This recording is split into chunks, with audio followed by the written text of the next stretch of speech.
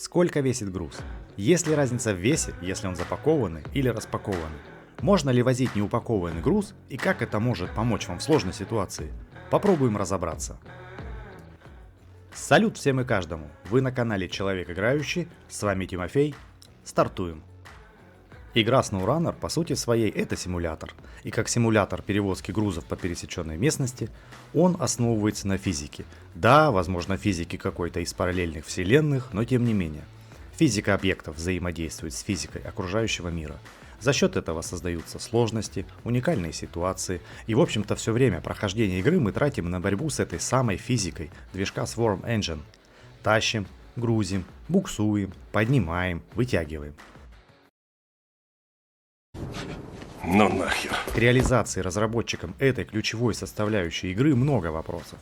Но то, что физика есть, она работает, пусть иногда по-своему, и на ней все завязано, бесспорный факт. И эта физика бесперестанно хочет нас испытать. А если мы действуем неаккуратно, то и наказать.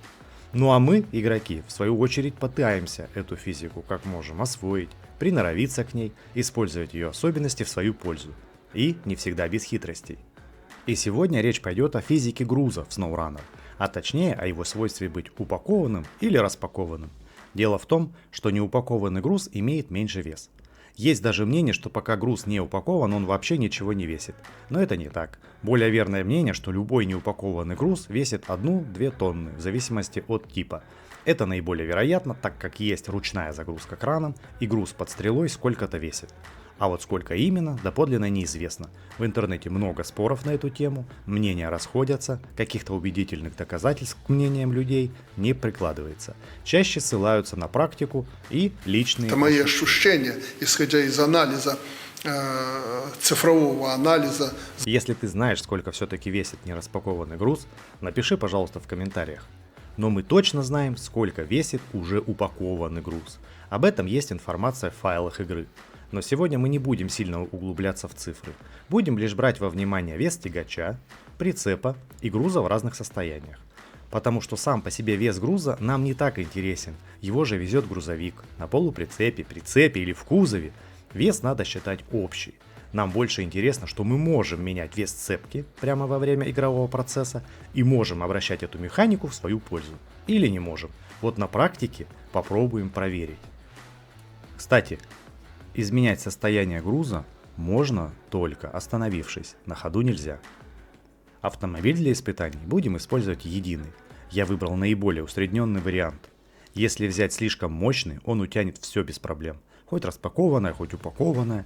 А если взять слишком слабый, то может попросту не утянуть. Выбор пал на Freedliner весом 9 тонн. К слову, самый тяжелый автомобиль в игре, Collab 74760, весит 33 тонны. А самый легкий, Niva Dawn 71, весит 1,4 тонны.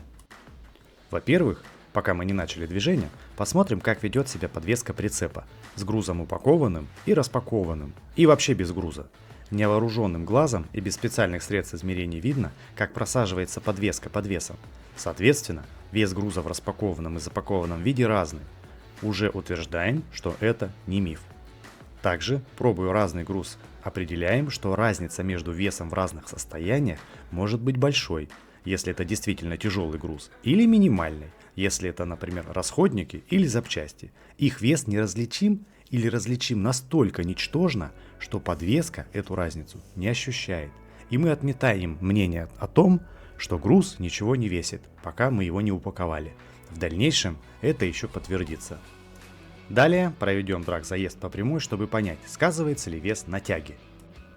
Чтобы разница в весе была значительной, я выбрал контейнер, который здесь называется крупногабаритный груз. Он весит в запакованном виде 10 тонн. В распакованном, если опираться на мнение, что все распакованные грузы весят 1-2 тонны, допустим, он весит 2. А разница в весе 5 раз. Итак, тягач 9 тонн, плюс бортовой полуприцеп на 5 мест 6 тонн, и запакованный груз получается 9 плюс 6 плюс 10, 25 тонн. А сцепка с незапакованным грузом весит 17 тонн. Можно высчитать разницу в процентах, ну а можно и вовсе прикинуться душным занудой и начать считать разные тягачи, разные шины, давление в них, коэффициент сцепления, разные прицепы. вес высокого и низкого седла и так далее. Но эта информация только перегрузит нашу историю. Поэтому будем учитывать только эти параметры и просто попробуем смоделировать более или менее усредненную ситуацию. И вот мы видим, как участники соревнований выходят на стартовую позицию. Это лучшие гонщики Северной Америки. Слева Билл, он из Мичигана. Справа Джимми, он родом из этих мест. Коренной аляскинец. Автомобили одинаковые, с одинаковыми настройками, с одним и тем же грузом и прицепом. Разница только в том, что Джимми, он справа на ваших экранах, повезет незакрепленный груз. Стартуем!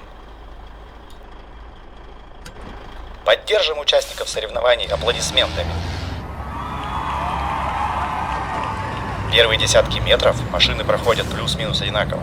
Сказывается лед на трассе и плохое сцепление с покрытием. Но после 2/3 пути Джимми вырывается вперед и с каждым метром только увеличивает свое превосходство. Смотрим на метрики и видим, что у Джимми с нераспакованным грузом двигатель идет легче, оборотов меньше 900, у Билла 1100, а скорость одинаковая 17,5 миль. Ну вот Джимми уже набирает до 24 миль в час, в то время как у Билла разгон состоял лишь всего 20 миль. Финиш! Джим был быстрее на 3 секунды. Подтверждаем, такелажное состояние груза влияет на тягу. Далее те же вводные данные, но в горочку.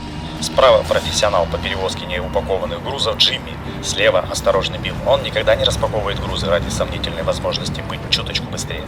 Джимми резко выдается вперед, и подъем дается ему гораздо легче. Обороты двигателя одинаковые. Но Джимми несется уже со скоростью 14 миль в час, пока у Билла только 10. Смотрим на расход. Он уже пришел к какому-то стабильному значению, и разница составляет литр в минуту. 16 против 15. Билли заплатит за этот подъем чуточку больше. Джимми финиширует, и он быстрее Билла на целых 7 секунд. Серьезный отрыв. Но, как видим, Билл совсем не расстроен. Он за сохранность груза. Также для чистоты эксперимента проедем этот участок с пустым полуприцепом и на голом тягаче. Мерим скорость, время, вычисляем чемпиона. Джимми вновь впереди.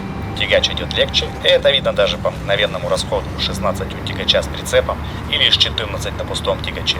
И пока Билл еле-еле раскочегаривает свой драндулет до 15 миль в час, ветер развивает волосы Джимми уже со скоростью 17,5 миль в час. У него 1600 оборотов, а у Билла почти 2000, двигатель идет в нагрузку. Разница очевидна, 6-тонный прицеп, пусть и пустой, здорово утяжеляет сцепку. Джим быстрее на 5 секунд.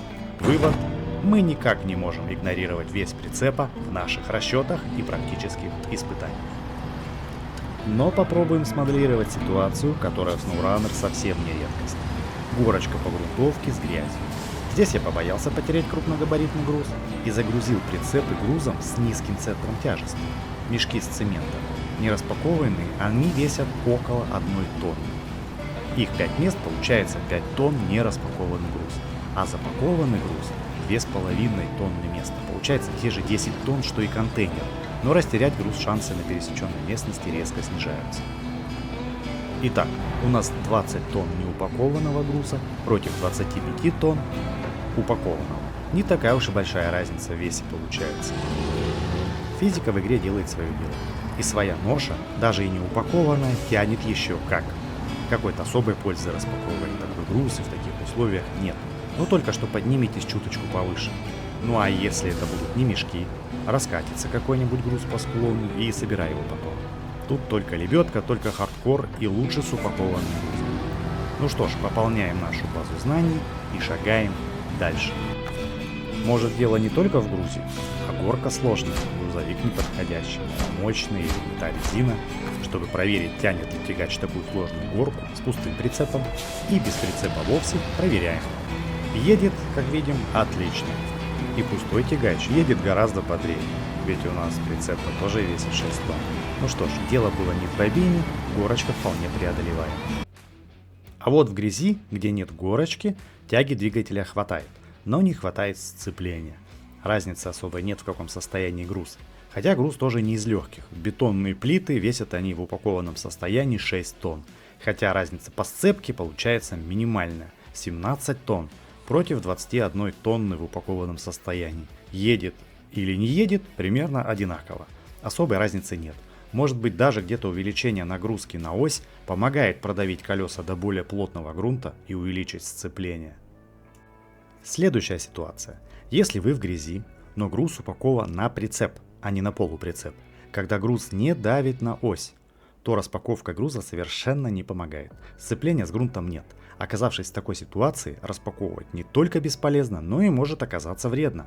Груз легко слетит с этой платформы, и попробуй его тут перегрузи на место. Но есть сценарий, при котором распаковка груза все же имеет смысл. Здесь буровое оборудование, весит оно все те же 10 тонн. Место сложное, и все его, думаю, помнят. Тут и вода, и грязь, и кочки. И выскочить-то не хватало самой малости. И вот тут-то разница 8 тонн сыграла роль. Только не забываем запаковываться, чтобы не утопить этот бур на ферме. И горочки все же не давали мне покоя, и я испытывал их вновь и вновь. Выезд из карьера по крутому градусу, никакой грязи, сухой грунт. Двигатель крутит, но колеса пробуксовывают, и сцепка замирает, потому что веса много для такой горки. И здесь-то распаковка приходит на помощь. Хотя, как помню в случае с бетоном, разница в весе минимальна, но он едет. Благо груз все тот же цемент с низким центром тяжести, шансы потерять его из бортового полуприцепа невысоки. Что по итогу? Знание того, что распакованный груз легче запакованного, не дает нам каких-то особых преимуществ. Проскочить непринужденно с распакованным грузом то место, где другой не проползет с запакованным, не получится. Вес все равно имеется. Помимо веса груза, мы имеем вес тягача и прицепа. И если даже прицепа нет, то модуль в виде бортовой платформы тоже сколько-то весит. Таким образом, чем тяжелее тягач, тем разница между распакованным и упакованным весом груза сводится к минимуму. И чем легче весит запакованный груз, тем разница минимальней. А какие-нибудь расходники вообще не меняют вес, так как они и так легкие. А вот риск потерять груз увеличивается в разы. А если это бревна, так вообще лучше в эту аферу не вмешиваться. Можно по-разному относиться к тому, что мы можем использовать механики игры в свою пользу. И использовать или нет – это дело каждого. Но важно знать эти механики и знать, как они работают. Пользоваться этим постоянно и уповать на возможность на каком-то сложном участке проскочить только за счет распаковки не стоит. Но может быть, в какой-то критический момент, когда колеса прокручиваются и совсем не цепляются, когда двигатель захлебывается от невозможности дальше бороться, не к чему прицепиться лебедкой, и кажется, что уже все, можно будет воспользоваться этой фишкой игры и, может быть, спасти ситуацию. Ведь в этом и есть смысл игры – довести груз получателю вовремя, в целости и сохранности любым возможным способом. Если видео было интересно и хоть капельку полезно, поставь ему лайк и подпишись на канал. И напиши пару слов в комментарии, как ты относишься к распаковке грузов и пользуешься ли этим сам. А с вами был Тимофей, ровных вам дорог и удачи в пути.